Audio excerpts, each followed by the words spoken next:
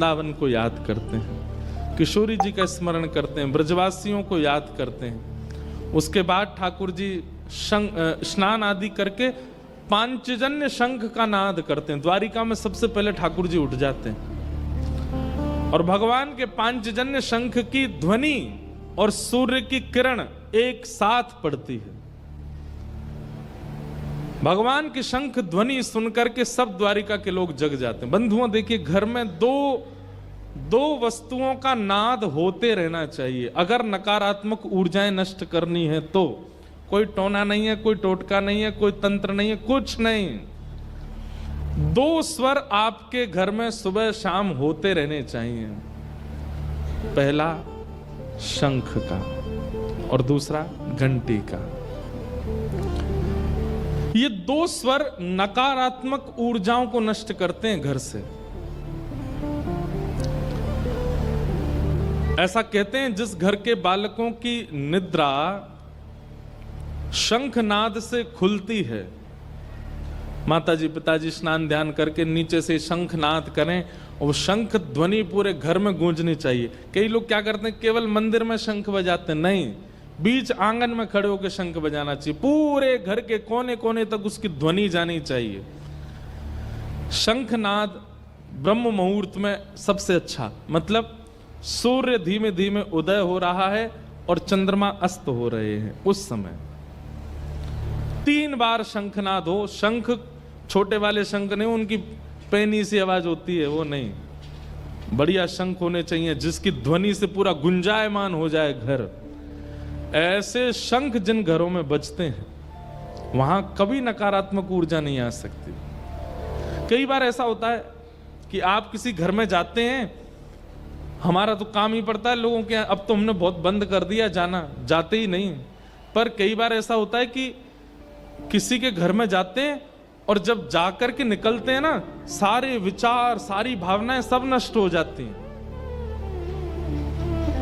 पता चल जाता है कि यहां नकारात्मक ऊर्जा थी। कहीं कहीं हम संकेत कराते हैं, अब तो जाना बंद कर दिया घर में, अब कहीं नहीं जाते हम, बहुत कम बोल देते हैं कि आप शंख बजाया करो घर में। अब उसके लिए कुछ कर रहे हैं, कुछ नहीं करना है। शंख रखिए घर में और नित्य उसका स्वर निकालिए। और फिर क्या करना है सुनिए, शंख वादन करना है। फिर जब आपके बालक नहा धो के आ जाते हो, स्कूल जाने के लिए तैयार होते हो, छोटी अवस्था में, बड़े नहीं, छोटे छोटे, उनके गाल से शंख स्पर्श कराया। पस्पर्श वालम कृपया कपोलो, भागवत जी कहती हैं, उनके गाल से शंख स्पर्श कराया करो, मुंह से नहीं। जब ध्रुव जी छोटे से थे, भगवान प्रकट हुए तो भगवान ने कहा, ध्रुव हम तुम्हारे सामने इतनी देर से खड़े हैं, तुम कुछ बोलते क्यों नहीं? ध्रुव जी बोले, मैं तो 4 वर्ष का बालक हूं, मुझे तो बोलना ही नहीं आता, मैं क्या बोलूं? तब भगवान ने अपने शंख चक्र गदा पद्म चतुर्भुज में से शंख को ध्रुव जी के गाल से स्पर्श कराया।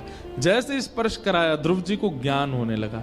शंख के स्पर्श से व्यक्ति के बुद्धि में निर्णयात्मिका भाव प्रकट होने लग जाते हैं। जैसे बच्चे हैं, अब सुबह जाते हैं स्कूल, अब स्कूल में किससे मित्रता करनी, किसके साथ खाना खाना, किसके साथ बैठना, ये सब भी एक उसके जीवन का परिवर्तन करते हैं। शंख क्या करता है, केवल सद व्यक्ति से ही आपको जोड़ेगा।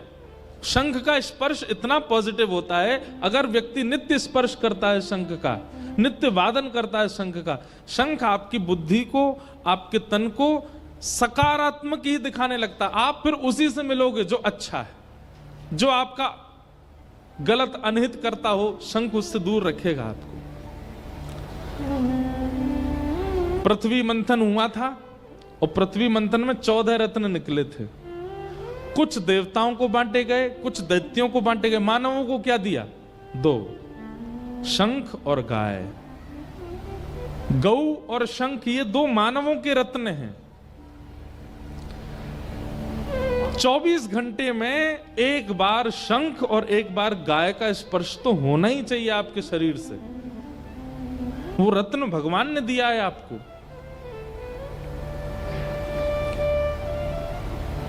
तो भगवान पांचजन्य शंख का नाद करते हैं